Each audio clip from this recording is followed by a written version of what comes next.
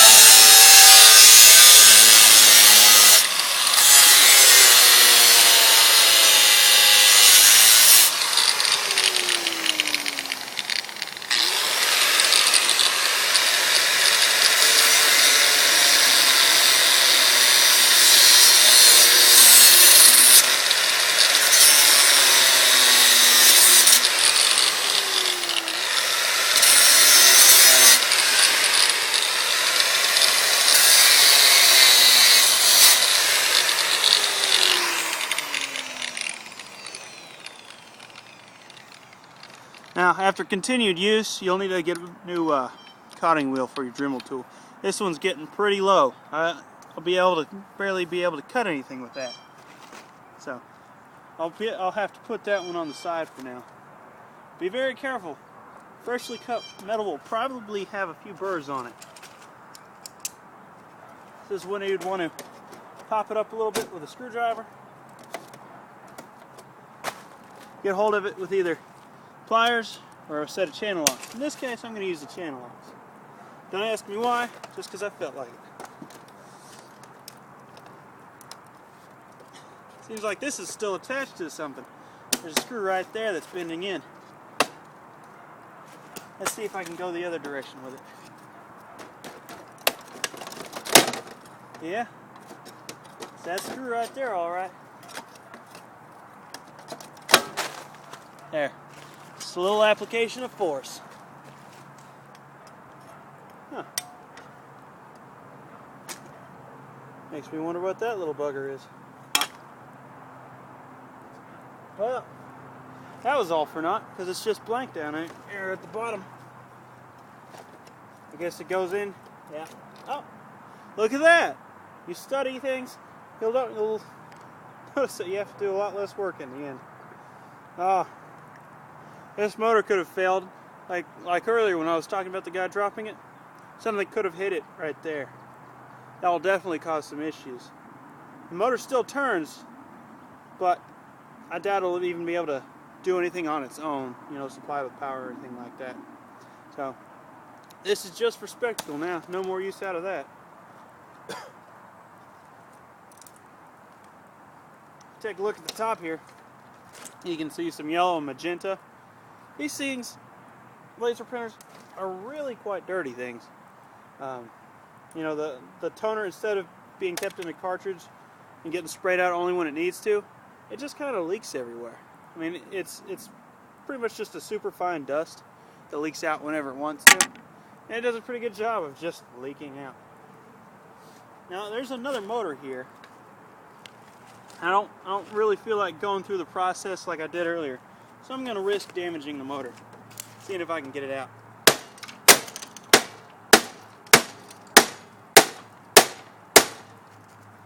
Yeah, it's loose. I can tell that the end caps on this thing are made out of aluminum, pot metal, some malleable metal. Because the scars fairly easily. But the rungs, the pieces of metal going up that construct the actual body of it, more than likely made out of iron, steel of some sort. Nah, that one's a lot more stubborn than its brothers. Let's try it a different way. Fingers crossed they'll strike right. A little far. That's closer.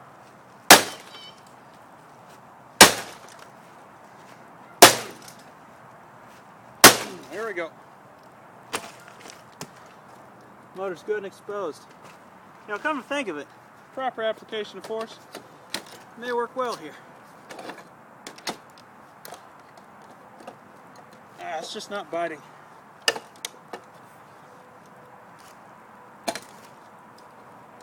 Now see, this would work well if I could simply get a good, clean bite into it. There we go. Now let's do it. Let's try the other side, shall we?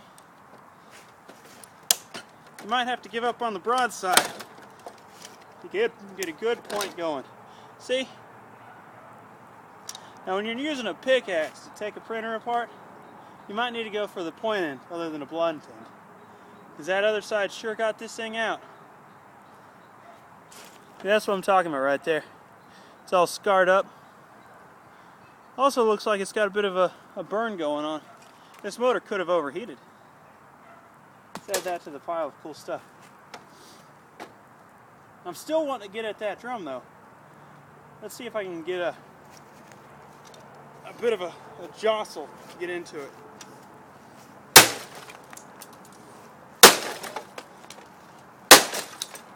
Oh, there's a good bite. I lost it. Good, I got a few of the screws loose down here. Now let's try that one.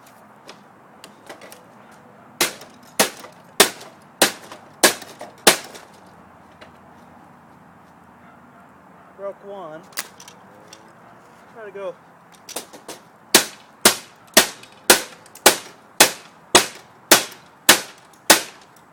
Wow. These screws are a lot better than the last ones. Yeah, it's coming up now. Coming up nice. Makes me wonder why that was made out of copper. Didn't look like a heat sink to me. Of course, I could probably make that out of aluminum too. There we go. Broke the drum loose there. Let's see if I can get a swing going on right there.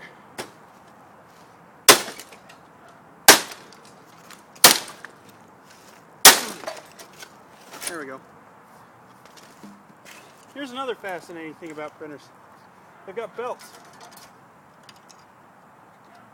Oftentimes you don't have to worry about a belt in a printer. Sometimes they'll snap, come offline.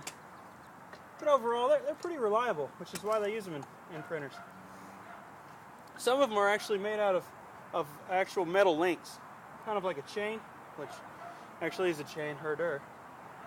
But more often than not, they'll be using rubber belts like this.